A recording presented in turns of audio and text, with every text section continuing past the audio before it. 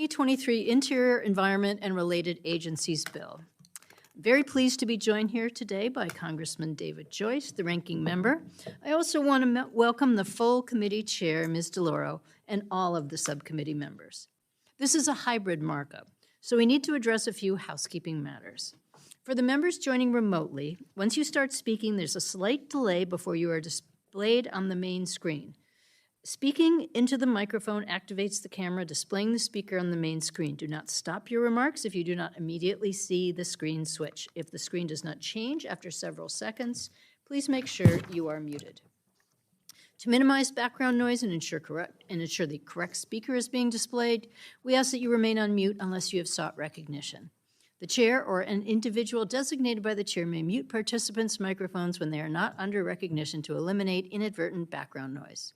Members who are virtual are responsible for muting and unmuting themselves. If you notice when you are recognized that you have not unmuted yourself, I will ask you if you would like the staff to unmute you. If you indicate approval by nodding, staff will unmute your microphone. Finally, House rules require me to remind you that we have set up an email address to which members can send anything they wish to submit in writing. That email address has been provided in advance to your staff. I would remind all members that they must verbally request unanimous consent out loud, separately from sending their document or written UC request to the email address. Okay, that accomplished, I would like to move to my opening statement. For fiscal year 2023, the subcommittee is recommending a total of $44.8 billion for the Interior, Environment, and Related Agencies Bill. This is an increase of $6.8 billion over last year's enacted level, which is an 18% increase. Last year, we made unprecedented investments to fight the climate crisis, return science as the foundation for decision-making, dedicate the highest level of federal funding to the arts and humanities ever, and continue our commitment to tribal nations. I am pleased that this bill will continue to build on those successes. First and foremost, this is a climate bill. I believe that through the investments made in this bill, our country will be better positioned to confront the climate crisis. Just weeks ago, we witnessed Yellowstone, America's first national park, experience devastating flooding that triggered mudslides, destroying roads and infrastructure, and resulting in its emergency closure. The extent of the damage is still unknown, but it is certain that it will take years to rebuild. This tragedy underscored how vulnerable our ecosystems and species are to the impacts of climate change. That is why the investments in this bill, such as the 15% increase for the land management agencies, will be meaningful for climate adaptation and resiliency efforts on our public lands. The bill also invests in renewable energy, both on and offshore, to provide opportunities for growth in this sector, an essential step towards achieving conventional energy independence. And we make historic investments for science and environmental protection. Reducing greenhouse gas emissions is a critical component of combating climate change, and the bill includes the funding necessary to build a strong EPA. In addition to these critical investments to protect our natural resources, the bill also includes strong funding for cultural resources by fostering the arts and humanities. The bill provides $414 million for both the National Endowment for the Arts and the National Endowment for the Humanities. These funds benefit all of our districts and are a positive tool for economic development, education, and community building. And finally, this bill supports Native American families by investing in strong and resilient Indian country, including through education and healthcare programs. The administration proposed to shift Indian Health Service accounts to mandatory funding in fiscal year 2023 and remove all discretionary funding from the Interior bill. This shift requires legislative action by the authorizing committee, the House Committee on Natural Resources. In the absence of that legislation, I have included discretionary funding in this bill to ensure that there is no risk of a disruption in healthcare while that process is underway. This is a strong bill. Through its investments, the Interior bill takes a whole-of-government approach to securing a safe and habitable world for future generations. I urge my colleagues to support, and now let me turn to my colleague, the ranking member from Ohio, for any remarks he would like to make. Mr. Joyce. Thank you for yielding, Madam Chair. Congratulations on reaching this important milestone in the fiscal year 2023 process for the Interior, Environment, and Related Agencies Appropriations Bill. I appreciate the hard work it has taken to get us here. I want to thank you for making a sincere effort to accommodate Republican requests in this bill and for the way you've continued to lead this subcommittee this year. You have been a fair leader who is consistently open to communication and collaboration. I'm grateful for the opportunity to continue to work beside you in your role as chair. Recognize your willingness to reach across the aisle to find solutions. I'm not surprised that the FY23 Interior Bill before us today includes many priorities and important programs that we and our constituents can agree on. The bill invests in programs that will help conserve and protect our nation's most critical natural, cultural, and environmental resources. It fully funds payment in lieu of taxes, dedicates resources to help mitigate catastrophic wildfires, and increases support for our national parks, refuge, and public lands. The bill will also help address our nation's aging water infrastructure and remediate Superfund sites to spur economic growth, create jobs, and revitalize communities across the country. Notably, the bill also increases the federal commitment to honor our treaties and trust responsibilities to American Indians and Alaska Natives, a long-standing bipartisan priority of this subcommittee. There's $12.6 billion, a 22% increase over last year to support healthcare, education, law enforcement, and other programs throughout Indian country. I also appreciate the bill includes a new provision protecting the sovereignty of tribal laws. And finally, for my home district in Ohio, which borders Lake Erie, I'm especially grateful for the bill provides increased resources for the Great Lakes Restoration Initiative. Building on prior year GLRI investments is critical to ensuring that the Great Lakes, which provide clean drinking water to 48 million Americans, support more than 1.5 million jobs, and generate over $60 billion in wages each year, are safeguarded from long-standing threats like harmful algal blooms, water pollution, invasive species, and coastal erosion.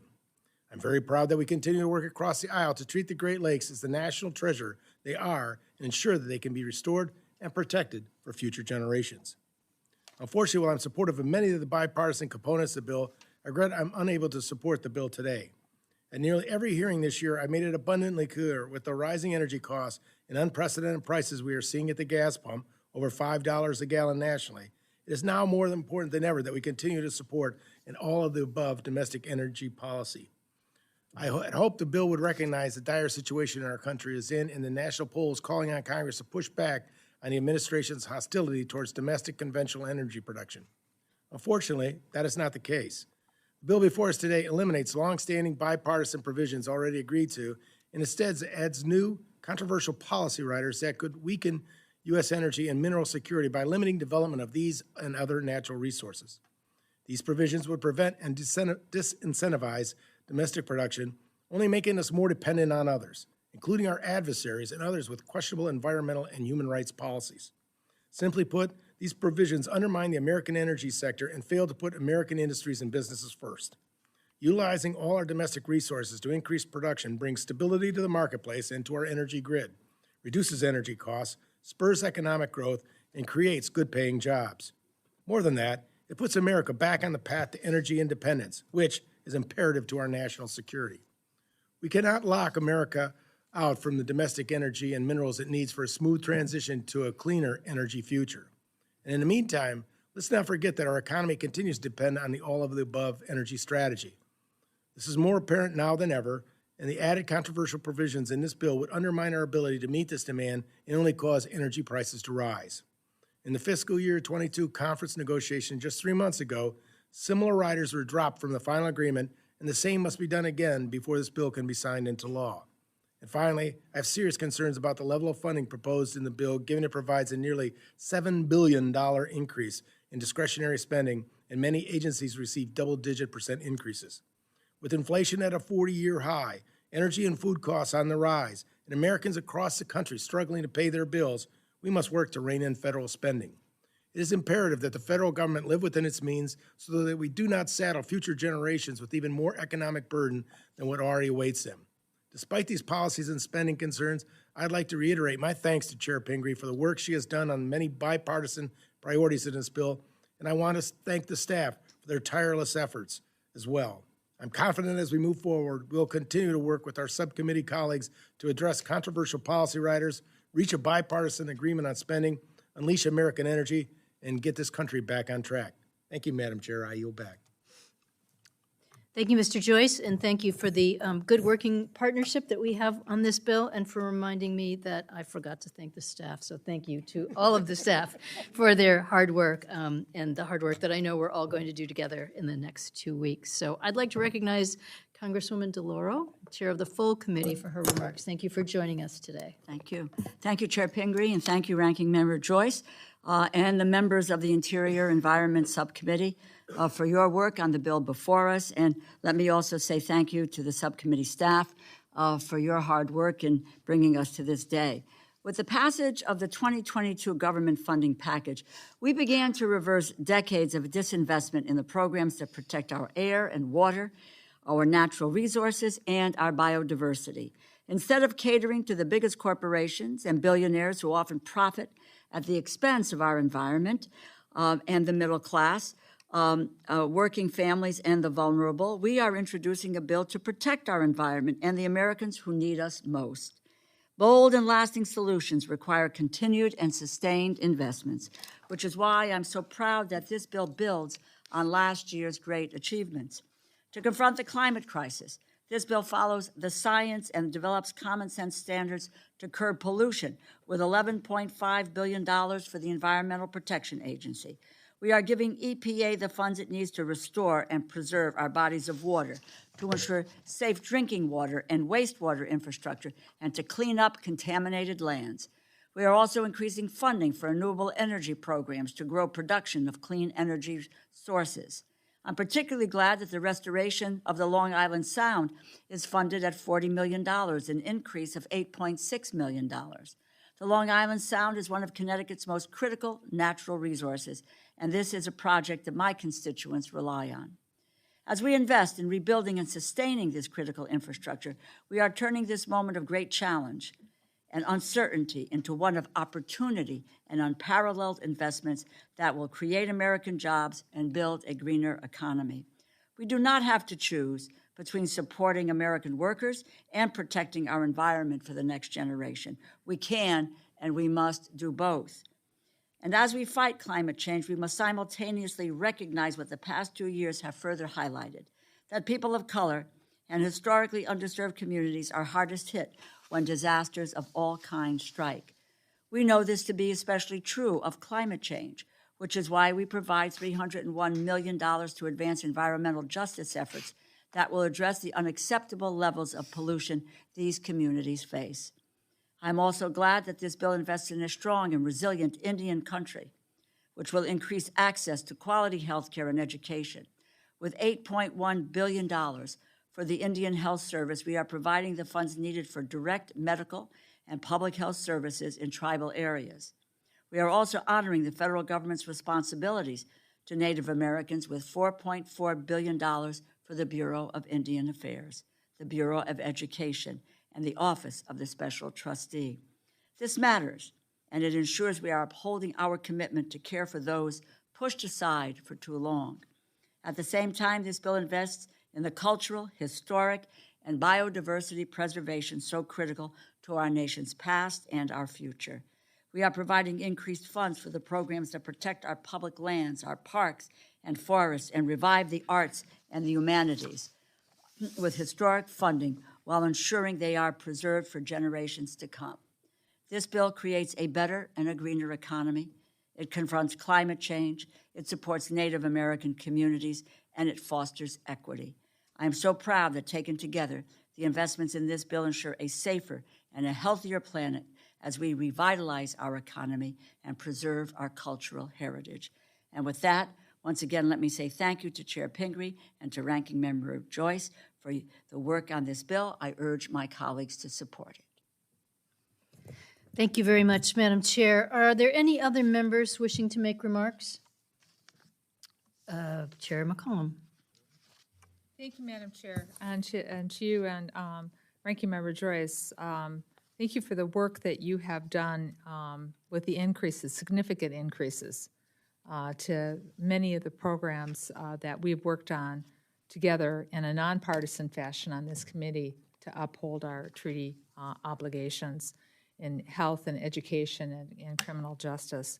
And thank you for working on mandatory funding and some of the ideas that you have put together to protect funding, but I've heard from some of the tribes, Madam Chair, about some concerns that they still have, some ideas that they might have, and I would like to discuss with you as we move towards full markup on that.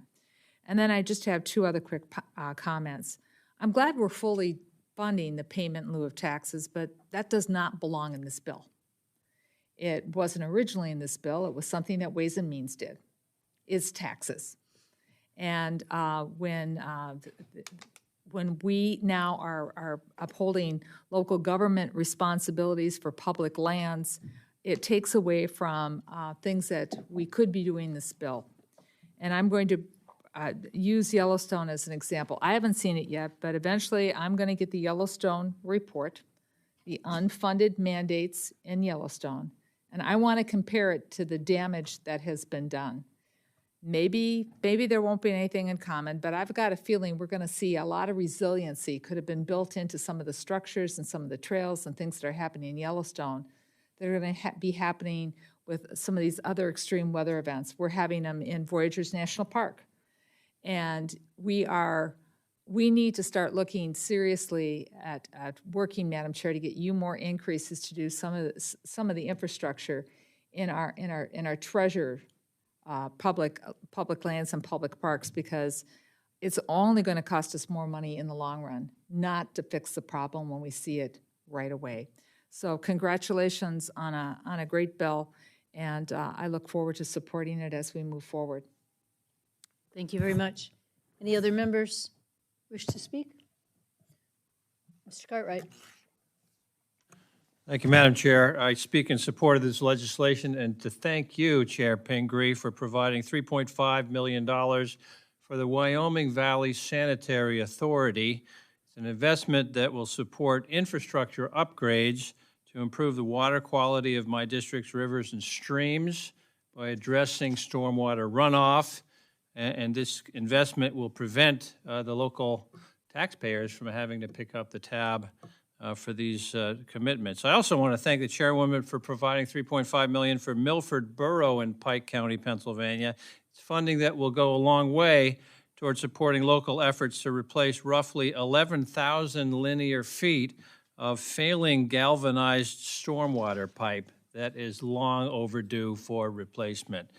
Thank you, Chair Pingree, and I yield back. Thank you, Mr. Cartwright. Any other members wishing to speak? Are there any amendments? Then I would like to recognize Vice Chair McCollum for a motion. Madam Chair, I move that the bill be favorably reported to the full committee. All those in favor of the motion say aye. Aye. Those opposed say nay. The ayes have it.